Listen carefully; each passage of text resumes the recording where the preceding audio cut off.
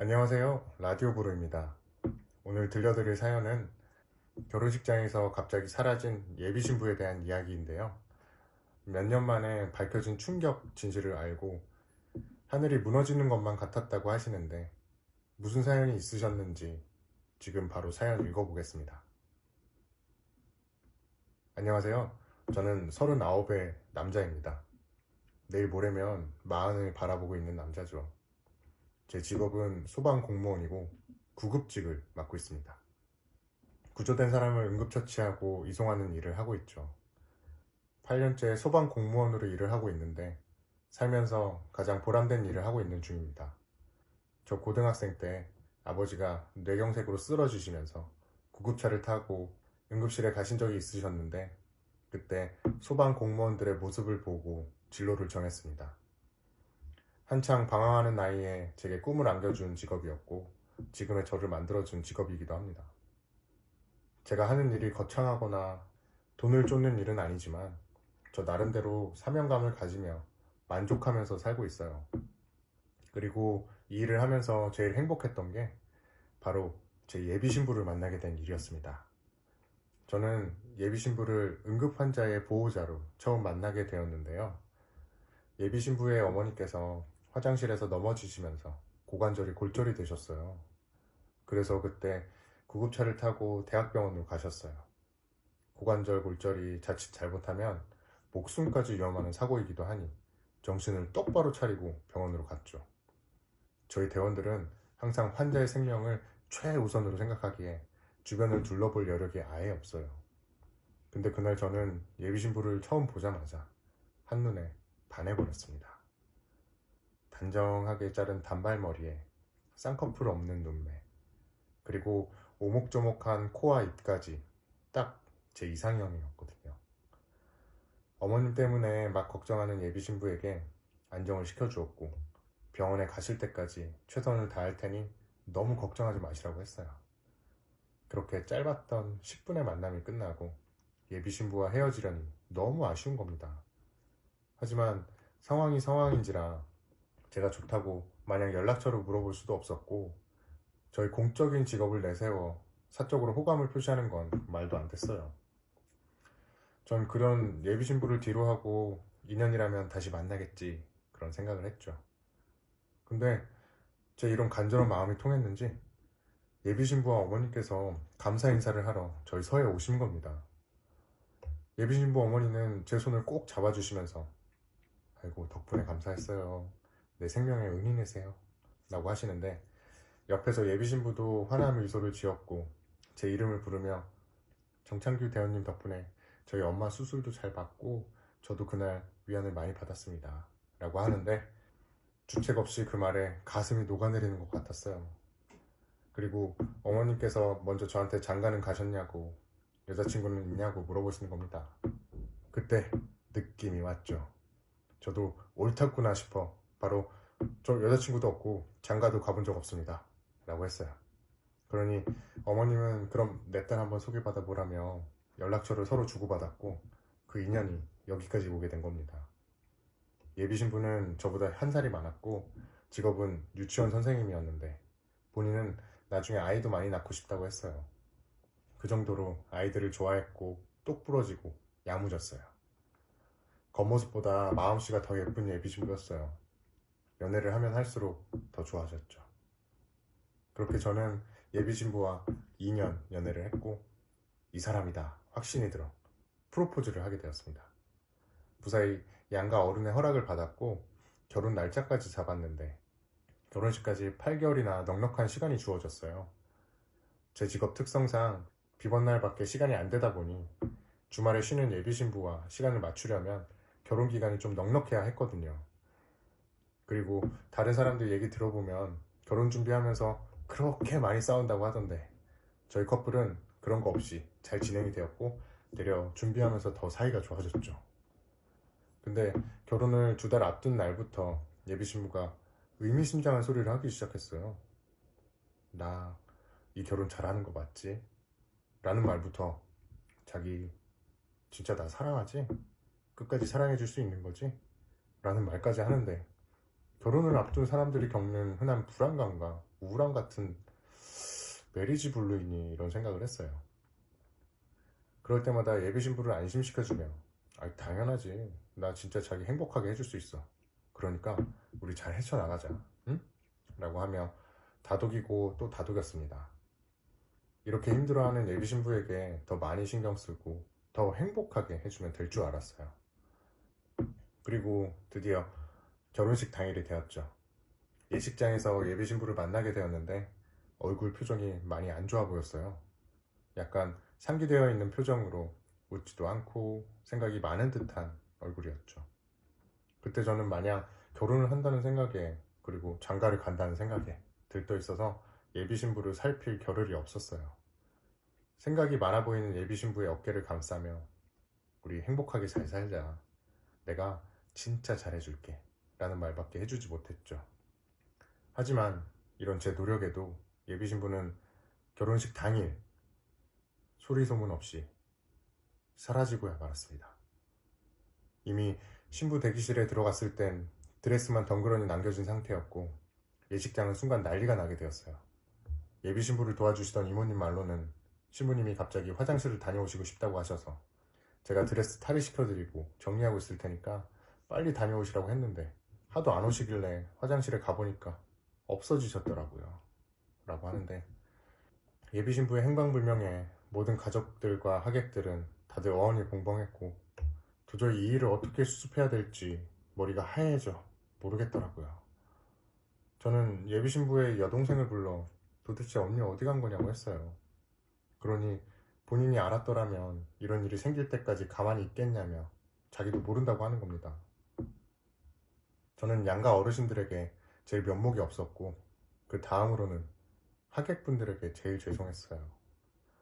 저희 둘의 결혼식을 보러 다들 시간을 내서 오셨는데 이런 불상사가 생겼으니 실없는 사람이 되는 건 둘째치고 꼴이 아주 우스웠죠.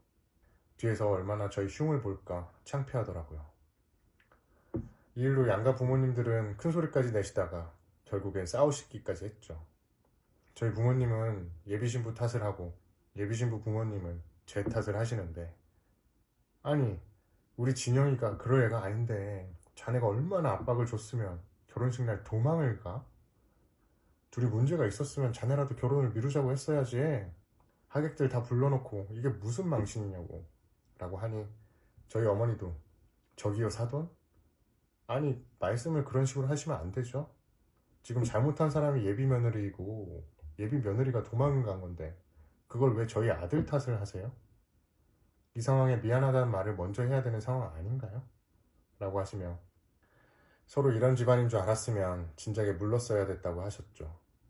그리고 결혼식 준비하는데 쓸 돈이 대략 1,000만 원 정도였는데 그 돈도 한두 푼이 아니니 손해배상 이야기까지 나왔어요. 저는 이해가 가질 않았어요. 저희 부모님에게도 면목이 없었고 예비신부 부모님에게도 면목이 없어 그만들 하시라고 했어요. 저희 때문에 싸울 필요 없다고 말씀을 드리는데 왜 그렇게 서럽고 울컥한지 눈물이 다 났어요. 그러니 제 모습을 보신 두 부모님께선 아무 소리도 못 하셨지요. 근 3년 동안 예비신부를 만나면서 이런 식으로 제게 믿음을 저버릴 줄은 전혀 몰랐거든요. 예비신부가 이 모든 걸 다 포기하고 떠난 거라면 결론은 남자가 생겼다는 생각밖에 들지 않았어요. 그러지 않고서야 연락이 안 되는 게 말이나 되는 일인가 싶었어요. 예비신부가 사는 곳을 찾아가도 볼 수가 없었죠. 말 그대로 연기처럼 홀연히 사라져버렸어요. 예비신부 여동생에게도 연락을 해 언니랑 연락이 되냐고 물어보면 자기네 식구도 모른다는 말뿐이었죠. 저희 부모님은 그냥 잊어버리라며 어쩌면 그런 여자랑 결혼을 안 하길 잘했다고 하셨어요. 저는 이 일을 겪고 나서 사람을 믿지 못했습니다. 특히 연애 상대로 여자를 잘 믿지 못했는데 누굴 만나도 제 마음을 활짝 열지 못했기에 연애도 오랫동안 할 수가 없었죠. 그 여자에게 받은 상처가 절 이렇게나 망가뜨려 놓았어요. 그렇게 제 나이 38살이 될 때까지 장가도 못 가고 쉬는 날마다 낚시만 하러 다녔어요. 저희 어머니는 여자를 만나러 다니지 낚시만 하러 다닌다며 속을 끓이셨죠. 그렇게 전 점점 속세와 멀어지게 되었는데 그러던 어느 날 비번을 맞아 월차를 조금 더 써서 휴가를 내고 인천 쪽에 위치한 섬으로 바다 낚시를 하러 가게 되었습니다. 아는 선배님이 그곳을 추천해 주셔서 낚시 장비며 채비를 다 하고 혼자 훌쩍 떠났죠. 멀지 않은 곳이었지만 멀리 여행을 온 듯한 기분까지 들었어요. 선착장에 배가 도착했고 장비를 챙겨 미리 예약해둔 펜션으로 갔고 펜션 사장님에게 내일 새벽에 일찍 낚시를 갈 거라고 말씀을 드렸어요. 그리고 인원이 한 7명 정도가 모여서 새벽 일찍 배를 타고 낚시를 가게 되었습니다. 근데 그날따라 유난히 낚시도 잘 안 되더라고요. 그냥 빈손으로 가기엔 적적한 마음이 들어 횟집에서 혼자 술이나 한잔하고 들어가야겠다 생각을 하고 가게를 들어갔어요. 그리고 카운터에 있는 주인 아주머니께 혼자 왔다며 1인분의 양의 회를 주문하고 음식이 나오길 기다리고 있었습니다. 핸드폰을 만지작거리며 있는데 여사장님이 부엌 쪽을 향해 진아야, 손님 오셨다. 찬 내와라 라고 하시는데 이윽고 주방에 어떤 여자분이 커다란 쟁반을 들고 밖으로 나오시는데 저는 그 여자의 얼굴을 보자마자 입을 다물지 못했고 그 여자도 절 보고는 들고 있던 쟁반을 바닥에 떨어뜨려 버렸습니다. 쨍그랑 소리와 함께 얼굴까지 새빨개져서 식당 입구 쪽으로 도망을 가는데 그 여자는 바로 결혼식 당일 아무런 말도 없이 사라진 제 예비신부였습니다. 저는 도망친 예비신부를 따라 쫓아갔고 머지않아 그 여자를 붙잡을 수 있었어요. 그 여자는 울고 있었고 저는 예비신부를 붙잡아 왜 또 도망가게? 당신한테 나는 무슨 존재야? 왜 이렇게 나를 괴롭게 만드는 거냐고 하며 소리를 쳤어요. 그러니 그 여자는 아무런 말을 하지 않은 채 제발 놓아달라고만 하는데 무슨 말이라도 좀 해보라고 했어요. 결혼식 날 도망은 왜 갔고 왜 여기서 살고 있는지 내가 그 정도는 물어볼 권리 있지 않냐고 했어요. 그러니 나 딴 남자가 생겼었어. 그래서 도망친 거야. 그리고 여기 와서 살림까지 차린 거고. 그러니까 제발 나 좀 놓아주라 라고 하는데 전 결국 잡고 있던 팔을 놓아주었고 역시 남자 때문에 도망을 간 거였구나. 내 생각이 맞았었구나. 라며 예비신부를 원망의 눈빛으로 쳐다봤어요. 그러니 예비신부는 하염없이 울며 다시 도망을 가기 시작했고 저는 그 자리에서 한 발자국도 움직일 수가 없었습니다. 근데 그때 쿵 하는 소리와 함께 예비신부가 돌부리에 걸려 넘어졌고 발목을 다쳤는지 움직이지 못하더라고요. 저는 반사적으로 넘어진 예비신부 쪽으로 가서 예비신부를 앞으로 세워 몸을 일으켰습니다. 그리고 그 바람에 예비신부의 윗옷이 말려 올라갔는데 세상에 저는 믿기 힘든 장면을 보게 되었어요. 예비신부의 배에 약 10cm가량의 큰 수술 자국이 남아있는 겁니다. 제가 그걸 보고 이게 도대체 무슨 상처냐고 말을 더듬으니 예비신부는 재빠르게 옷을 내렸어요. 저랑 만났을 당시엔 그런 흉터는 없었거든요. 근데 순간적으로 예비신부에게 엄청난 일이 있었구나 라는 직감이 들었고 도대체 이게 무슨 상처냐고 했어요. 그러니 그제서야 예비신부는 눈물을 꾹꾹 눌러 담으며 말을 하기 시작하는 겁니다. 그렇게 예비신부에게 듣게 된 이야기는 또 한 번의 충격과도 같은 이야기였어요. 창규씨, 미안해. 남자 때문에 도망갔다는 건 거짓말이고 나 창규씨한테 말하지 못했던 일이 있었어. 라고 하며 나 사실 결혼 2달 전에 임신 소식을 알게 됐었어. 그래서 확실하게 산부인과에 검사를 받으러 갔었는데 임신보다 더 큰 문제가 생겼더라고. 내 자궁에 이상세포가 발견이 됐다면서 바이러스 검사를 해보자고 하는데 그 검사 결과 내가 자궁경부암 3기라고 하더라고. 내가 임신을 했는데 암 환자라고 하는 거야. 그것도 결혼을 앞둔 나한테. 난 그때 여자로서의 삶이 무너졌다고 생각했었어. 라고 하는데 저는 그런 예비신부의 말이 끝나자마자 그 자리에 주저앉아 버렸습니다. 그리고 원망 섞인 목소리로 근데 근데 나한테 왜 말을 안 했어? 왜 나한테 말을 안 했냐고. 이런 일이 있었으면 나한테 말을 했었어야지. 하며 울부짖었죠. 그러니 그러더라고요. 제가 행복해하는 모습에 차마 얘기를 꺼내지 못했대요. 그리고 제가 떠나갈까봐 그게 제일 무서웠대요. 결혼식만 올리고 바로 말을 하려고 했는데 하루하루를 죄인 같은 마음으로 살았대네요. 그리고 점점 결혼식이 다가오면서 한 남자의 인생을 망치는 것 같다고 생각이 들어서 저한테 몇 번이나 결혼에 대해 자신이 없다고 그래서 말을 했던 거였더라고요. 그럼 결혼식 날 왜 도망을 갔냐고 했어요. 그러니 그날 계속 배가 아팠는데 이상한 느낌이 들어 화장실에 가겠다고 했고 출혈이 생겼대요. 그래서 그 길로 바로 식장에서 나와 응급실에 갔고 유산이 되었다고 하더라고요.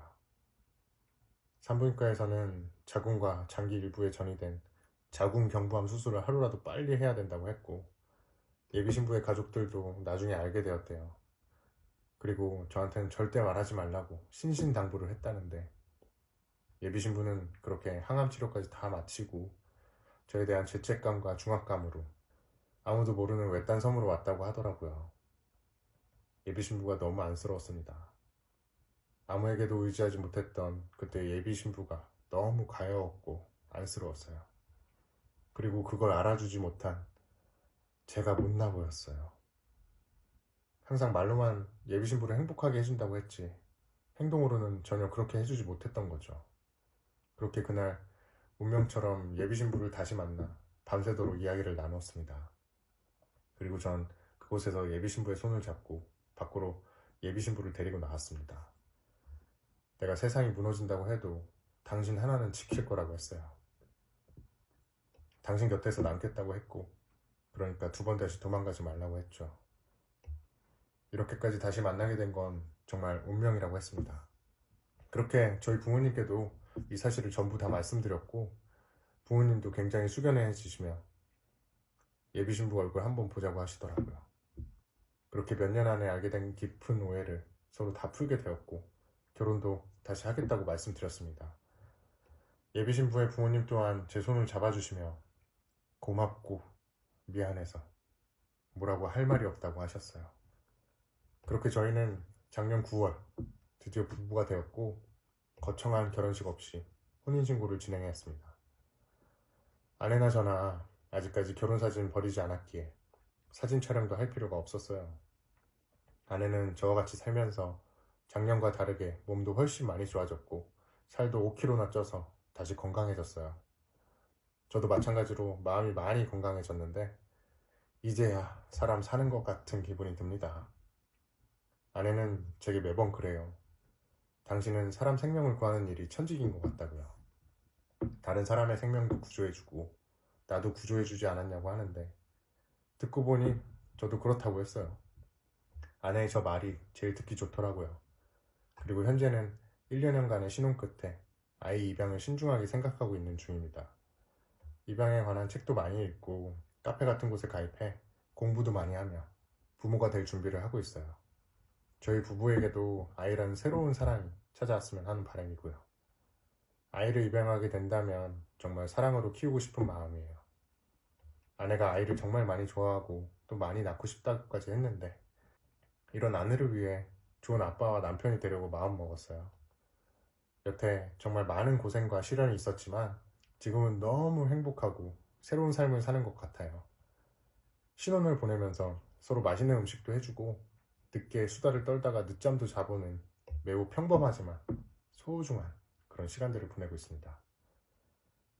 지금까지 저의 긴 이야기 들어주시고 읽어주셔서 너무나 감사하고요. 제 이야기를 들어주신 모든 분들에게 행복과 평화가 가득하시길 바라며 무더운 여름 아무쪼록 건강하시고 별탈 없이 잘 지내시길 바라겠습니다. 지금까지 라디오 브로였습니다.